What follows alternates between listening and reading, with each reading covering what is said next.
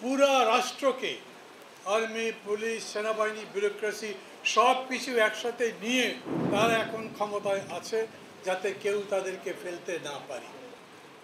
এই বাজেট দেওয়ার পরে জিনিসপত্রের দাম কমেছে? কোনো কমবে? এক মাসের মধ্যে নতুন চাকরির ব্যবস্থা হবে, নতুন রাস্তাঘাট নির্মাণ হবে, কোনো কিছু হবে না।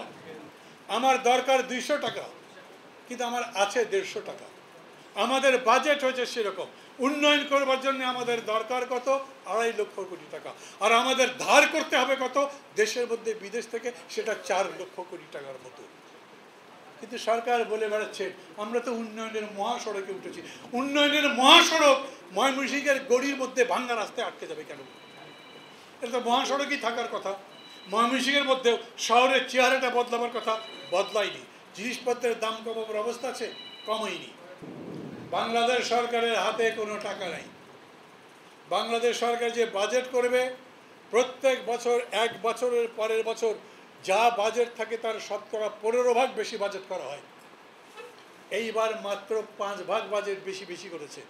মানে আগে যদি 7 লাখ থাকে, তার 5% ধরে নতুন বাজেট করা হয়। সেই বাজেটের জন্য টাকা জোগান দেবার অবস্থা নাই। আমাদের হাতে ডলার আছে, ডলার রিজার্ভ আছে। রিজার্ভ লাগে কেন বোঝেন তো?